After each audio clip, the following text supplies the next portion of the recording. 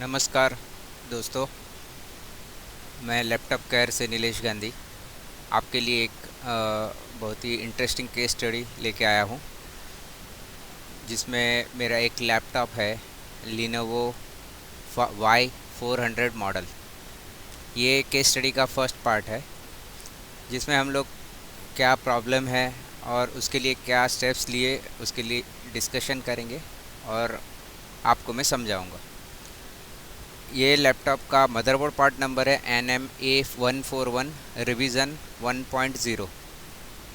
ये लैपटॉप जब हमारे पास आया था तभी एक्सटर्नली चेक करने से हमें पता चला कि इसमें जो प्रॉब्लम है वो है नो डिस्प्ले, यानी कि स्क्रीन पे कुछ भी नहीं आ रहा, पावर बटन दबाने के बाद भी कुछ नहीं आ रहा, और डीसी सप्लाई लगाने पे हमें 4 मिली एम्पियर का करंट कंजम्पशन दिख रहा है, जो बहुत ही कम है, क्योंकि जनरली ये 10 से लेके 20 मिली एम्पियर के रेंज में होता है। ओके, तो आइए दोस्तों, हम लोग ये केस स्टडी का अभ्यास करते हैं और देखते हैं इसमें क्या सॉल्यूशन निकलता है। और दोस्तों को रिक्वेस्ट है कि अगर आपने मेरा चैनल सब्सक्राइब नहीं किया है तो प्लीज़ सब्सक्राइब कीजिए और आपके वैल्यूएबल कमेंट्स या फीडबैक्स इस वीडियो के बाद ज़रूर पोस्ट करें, ताकि हमें कुछ इम्प्रूवमेंट्स अगर करना है, कोई टॉपिक कवर करना है तो कर सके। थैंक यू दोस्तों। ये मदरबोर्ड है Lenovo Y400 का, जो मैंने आपको बताया NMA141। ये बोर्ड में नो डिस्प्ले था। जब हमारे पास बोर्ड आया तभी हमने इसमें चेकिंग की, बोर्ड बाहर निकाल के। तो सबसे पहला हमने स्टैंड बाय सेक्शन चेक किया, 3 वोल्ट 5 वोल्ट, जो हमें stand by voltage 3 volt always और 5 वोल्ट ऑलवेज़ का डिटेल देता है, बट हमें यहाँ पे कोई वोल्टेज नहीं मिला। सो हमने स्कीमेटिक चेक किया और देखा आगे कि इसको मैचिंग स्कीमेटिक है या नहीं, बट एग्जैक्टली मैचिंग स्कीमेटिक हमें नहीं मिला। इस बोर्ड का थोड़ा ओल्डर वर्जन मिला, जैसे कि हमारा रिवीजन बोर्ड का था 1.0, बट हमें जो स्कीमेटिक मिला वो 0.2 वर्जन का था, जो बहुत जगह मैच कर रहा था और बहुत सी जगह पे मैच नहीं कर रहा था। फिर भी हमें जो सेक्शन चाहिए थे वो हम मैच हो रहे थे। सो हमने ये स्कीमेटिक को यूज़ करने की शुरुआत कर ली और आगे बढ़े। आइए देखते हैं इसका स्कीमेटिक में और बोर्ड में हमें क्या डिटेल मिलता है। ये स्कीमेटिक में 3 volt 5 volt stand by section है और इसमें PU4 करके आईसी लगा हुआ है, जो आप यहाँ पे देख सकते हैं, PU4, जिसका नंबर है RT8205L। ये RT सीरीज़ की बहुत पॉपुलर आईसी है और ये बहुत से बोर्ड्स में यूज़ की गई है। इस RT8205L का वर्किंग और उसका डिटेल फंक्शन का वीडियो हम बहुत जल्दी बनाएंगे, जो आपको शेयर किया जाएगा। यहाँ पे हम सिंपल स्टेप्स देखते हैं क्या हमने चेक किया। सबसे पहले तो हमने इसका Vin which is voltage in check किया एट पिन नंबर 16, जो हमें 19 वोल्ट बराबर मिला, जो कि हमारे डीसी सप्लाई से आ रहा था और उसमें कोई चेंजेस नहीं था, कोई फ्लक्चुएशन नहीं था। इसके बाद नेक्स्ट स्टेप पे जाते हुए हमने उसका अनेबल पिन चेक किया, पर अनेबल पे हमें 0 वोल्ट मिला, जो कि नहीं होना चाहिए, क्योंकि अनेबल हमारा डायरेक्ट एडाप्टर वोल्टेज से यहाँ बनता है और एक वोल्टेज डिवाइडर सर्किट के थ्रू हमें ये वोल्टेज इनपुट करता है और वो हमें नहीं मिल रहा था। सो इस पे से एक कंक्लूज़न निकलता है। कंक्लूज़न क्या है कि अगर आपके बोर्ड में एनेबल सही है तो हम मान के चलते हैं कि हमारा 3 वोल्ट 5 वोल्ट बराबर बन रहा है। बट यहाँ पे हमारा एनेबल ही हमको नहीं मिल रहा था जो 0 वोल्ट था। तो इस पे से हम लोग एक एजम्पशन करते हैं, एक डिसीज़न लेते हैं कि ये आईसी ख़राब है। सो जैसे ही हमने चेक किया एनेबल नहीं मिल रहा है तो हमने एक डिसीज़न लिया कि ये आईसी ख़राब है, समझ के हम लोग चलते हैं और उससे आगे बढ़ते हैं। ये RT8205L का कंप्लीट वर्किंग अगले वीडियो में आ रहा है, विच इज़ वेरी इंटरेस्टिंग। जिसे भी सीखना हो, उसका स्ट्रक्चर वर्किंग जानना हो, स्टेप्स जानना हो, तो वो नेक्स्ट वीडियो आप ज़रूर देखिएगा। अब यहाँ पे जो वोल्टेज एनेबल पे आते हैं वो PR48 और PR49 ये दो रजिस्टर के थ्रू आ रहे थे, जो एक वोल्टेज डिवाइडर सर्किट बनाता है। और 19 वोल्ट एडाप्टर जो B+ होके यहाँ पे आता है, उसके थ्रू ये एक पर्टिकुलर वोल्टेज जनरेट करता है ये पॉइंट पे और एनेबल पिन में एंटर होता है। तो यहाँ पे हमें वोल्टेज डिवाइडर के थ्रू वोल्टेज मिलना चाहिए था जो हमें 0 वोल्ट मिल रहा था। सो हमने चेकिंग के लिए PR48 और PR49 निकाल दिया बोर्ड से और बाहर चेक किया तो हमें वैल्यू रेजिस्टेंस का प्रॉपर मिला, उसमें कोई चेंज नहीं था। जनरली रेजिस्टेंस का वैल्यू बढ़ जाता है अगर रजिस्टर ख़राब हुआ है तो, और ये अगर वैल्यू चेंज हो जाता है तो वोल्टेज डिवाइडर पे आउटपुट जो है वो चेंज हो जाता है और उसकी वजह से भी कभी कभी आईसी काम नहीं करती है। सो वोल्टेज डिवाइडर सर्किट के रेजिस्टेंस ओके थे, तो हमने इस पे से फाइनल कंक्लूज़न लिया कि आईसी ख़राब है। तो इससे आगे बढ़ते हुए हमने एक अगला स्टेप्स लिया जो था ये आईसी को चेंज करने का। दोस्तों, वोल्टेज डिवाइडर का कैलकुलेशन बहुत इम्पॉर्टेंट है लैपटॉप मदरबोर्ड्स में। ये बहुत सी जगह हमें वोल्टेजेस कैलकुलेट करने को काम आता है और बहुत सिंपल भी है, बट उसका वर्किंग कॉन्सेप्ट और लॉजिक समझने के लिए मेरा एक वीडियो आएगा जिससे आप आसानी से जान पाएंगे कि वोल्टेज डिवाइडर सर्किट कैसे काम करता है। तो यहाँ पे हमने RT8205L चेक किया जो हमारे स्टॉक में नहीं था, और हमारे स्क्रैप में भी नहीं था।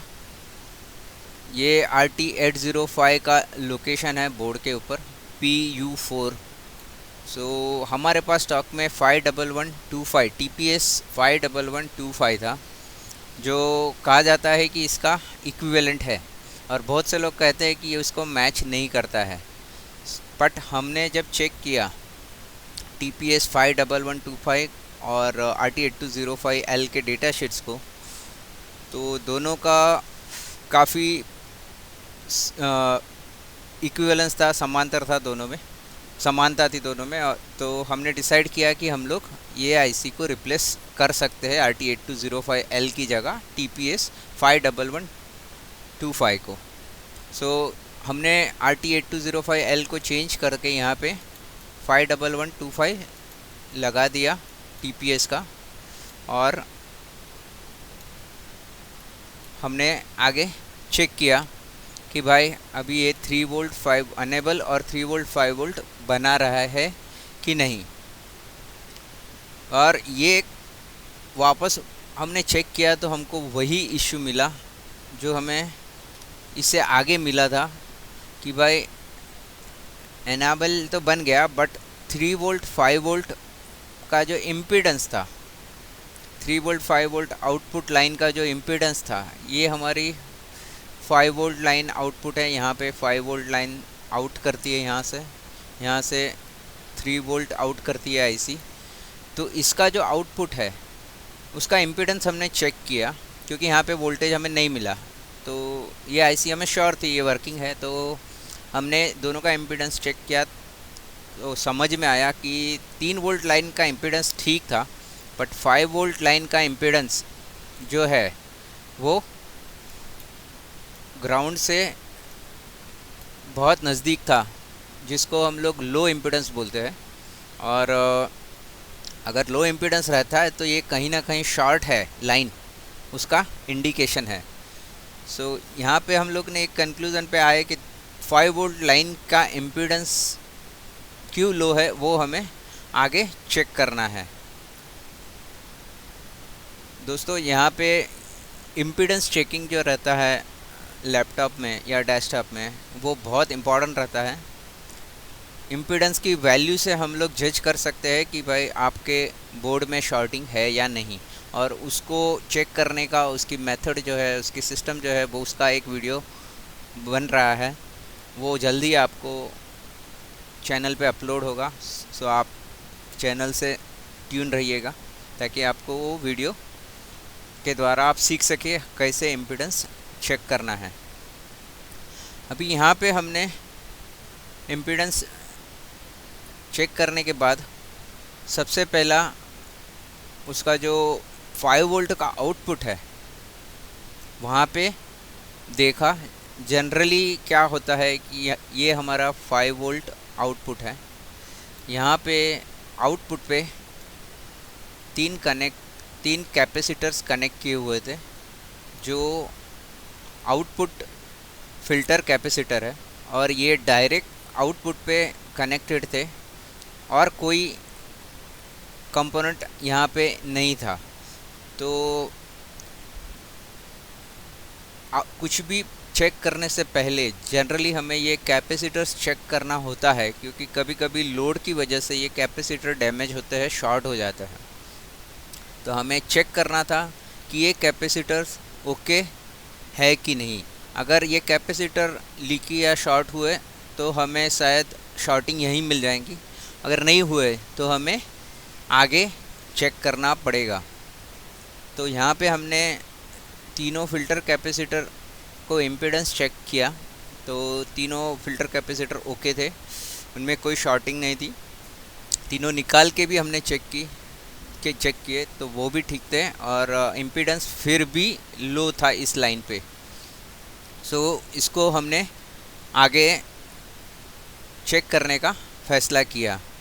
इसके लिए हमको स्कीमेटिक में देखना पड़ेगा कि यहाँ पे ये जो 5 वोल्ट ऑलवेज़ है +5 VALWP, यानी कि +5 वोल्ट ऑलवेज़ जो फर्स्ट आउटपुट है यहाँ पे, वो बोर्ड में कहाँ कहाँ जा रहा है, और हमें वो हर एक लाइन को चेक करना पड़ेगा कि ये 5 वोल्ट कैसे आगे बढ़ रहा है और किस किस सेक्शन में जा रहा है।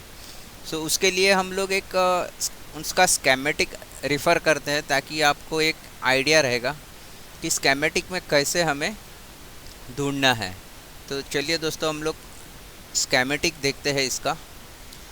ये हमारे बोर्ड का स्कीमेटिक है NMA141, जो मैंने बताया था कि यहाँ पे जो स्कीमेटिक हमें मिला वो रिवीजन 0.2 था, और हमारा बोर्ड था वो 1.0 था। बट ठीक है, हमारा अगर काम चल रहा था, क्योंकि बहुत से सेक्शन यहाँ पे मैचिंग थे। सो हमने सोचा कि इसको ही हम लोग टेस्ट कर लेते हैं, ताकि हमें आगे जो भी हमारी रिक्वायरमेंट है वो फुलफ़िल हो रही है कि नहीं, वो देख लेते हैं। यहाँ पे हमारा स्टैंड बाय सेक्शन का आईसी का नंबर था PU4। सो हमने सर्च में PU4 डाला।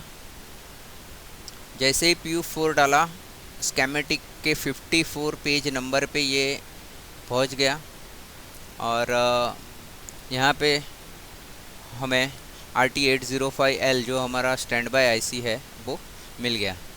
और इसका जो आउटपुट है +5 वोल्ट ऑलवेज पी, वो भी हमें दिख गया। जब हमने चेक किया कि यहाँ पे +5 वोल्ट ऑलवेज पी पे एक जंपर पैड लगा है PJ04, PJ04 जो जंपर है वो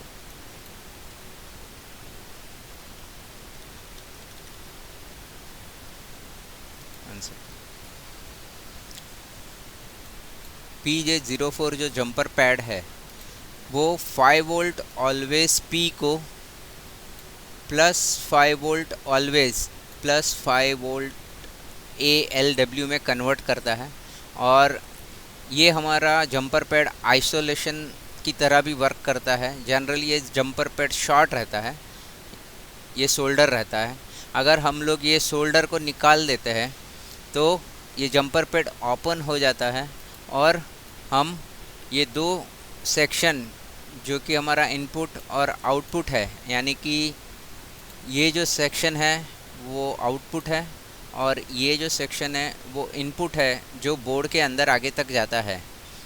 तो हम ये आउटपुट और इनपुट को सेपरेट कर सकते हैं और उसको कंफर्म कर सकते हैं कि इम्पीडेंस कहाँ पे कम है। तो हमने यहाँ ये जंक्शन पे शोल्डर पैड निकाल दिया और हमने इम्पीडेंस चेक किया तो हमने देखा तो ये 5 volt always P which is a output line of our RT805L and TPS, जो TPS 51125 हमने लगाया, ये यहाँ पे इम्पीडेंस हमें ओके मिल गया ये जंपर पैड हटाने के बाद। इसका मतलब कंफर्म हो गया जो शॉर्टिंग है वो इनपुट सेक्शन में ही है और यहाँ पे हमें ये IC के आगे चेक करना है कि शॉर्टिंग कहाँ पे है ताकि हम ये बोर्ड को प्रॉपरली रिपेयर कर सके। आइए दोस्तों देखते हैं आगे हमने इसको कैसे चेक किया।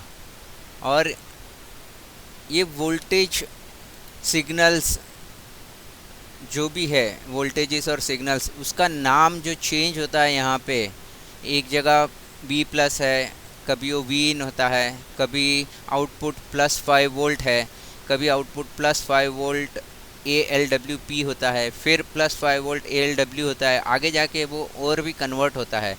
ये नॉमेनक्लेचर या नाम का जो सिस्टम है उसको हम लोग एक वीडियो में स्टडी करेंगे जिससे आपको पता चले कि ये कन्वर्जन क्यों होता है और उसका मीनिंग क्या है, ताकि आपको स्कीमेटिक समझने में आसानी हो। वो हम लोग हमारे आगे के वीडियोस में देखेंगे, डेफिनेटली देखेंगे। यहाँ पे जंपर पैड PJ4 को ओपन करने के बाद हमने +5 वोल्ट ऑलवेज जो है, जो हमारा इनपुट है आगे के सेक्शंस के लिए, उसको चेक करना है। तो ये कहाँ कहाँ डिस्ट्रीब्यूट होता है वो हमें चेक करना है। सो हम अभी देखते हैं ये वोल्टेज को सिलेक्ट करके कि ये वोल्टेज कहाँ कहाँ आगे एज ए इनपुट जाता है, कौन सी IC में जाता है। ये जस्ट एक ओवरव्यू है, हम लोग सिर्फ देखेंगे। चेक हम क्या कर रहे हैं वो बाद में देखेंगे, एक नॉलेज के लिए कि ये कहाँ कहाँ कौन से सेक्शन में जा रहा है। तो सबसे पहले ये यहाँ पे अपने आउटपुट पे है जो हमें यहाँ पे मिल रहा है, फिर उसको आगे चेक करते हैं।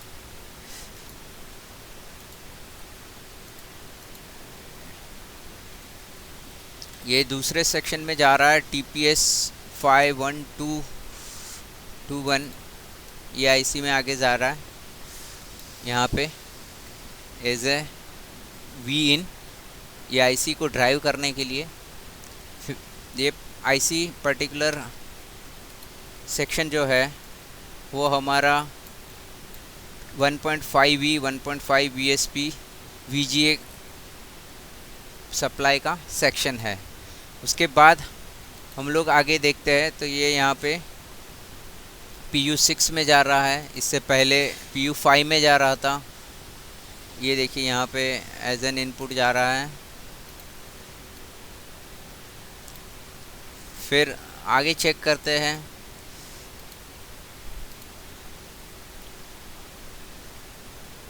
ये यहाँ पे सस्पेंड वोल्टेज और D GPU power okay voltage के साथ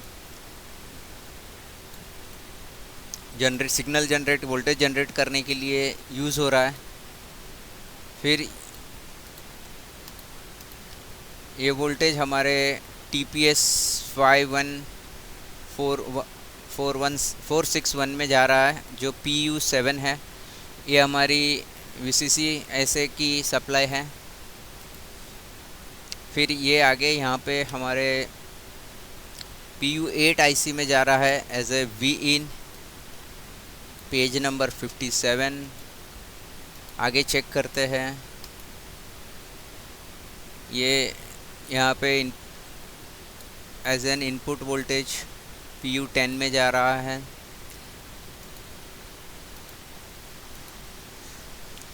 ओके, तो ये सारे सेक्शन में जा रहा है।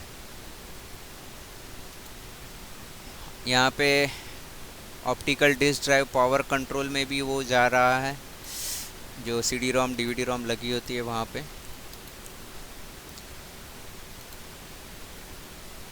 ये पावर LED सेक्शन में भी जा रहा है। Caps lock, power LED, hard disk LED से जो रहता है। ये हमारे बैटरी चार्जर के मॉसफेट में भी जा रहा है, जो बैटरी में इंडिकेटर रहता है, LED इंडिकेटर, उसके लिए भी जा रहा है। ये हमारे USB पोर्ट में भी जा रहा है। ये हमारे USB चार्जर पोर्ट साइड भी USB चार्जर पोर्ट साइड जा रहा है। ये यहाँ पे USB 2.0 पावर में भी जा रहा है। तो इस तरह ये पावर बटन में भी जा रहा है, यहाँ पे आप देख सकते हैं। तो इस तरह +5 वोल्ट ऑलवेज़ है, वो बहुत सी जगह जा रहा है और हमको इसको चेक करना पड़ेगा कि इम्पीडेंस कहाँ पे लो हो रही है, कौन से सेक्शन की वजह से लो हो रही है, क्योंकि ये बहुत सारे सेक्शन में यहाँ से जा रहा है। तो उसे ट्रेस करने के लिए हमें अलग कोई मेथड यूज़ करना पड़ेगा। तो वो मेथड ये था कि हमने इसमें वोल्टेज इंजेक्ट करने के लिए सोचा। लेकिन कहाँ पे सोचा? तो एक जगह पे हमने सबसे पहले देखा कि 5 volt always +5 volt always say हमारी वोल्टेज कन्वर्ट होके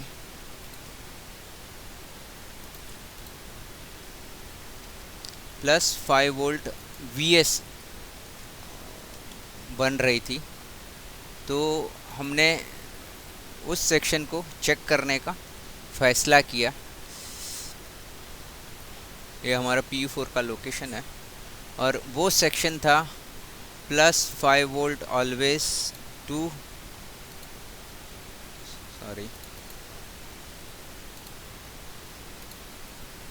+5 volt always to +5 volt VS। और यहाँ पे IC हमारा था U46, क्योंकि +5 वोल्ट ऑलवेज तो बहुत सी जगह जा रहा है और वो कन्वर्ट होके +5 वोल्ट VS भी हो रहा है।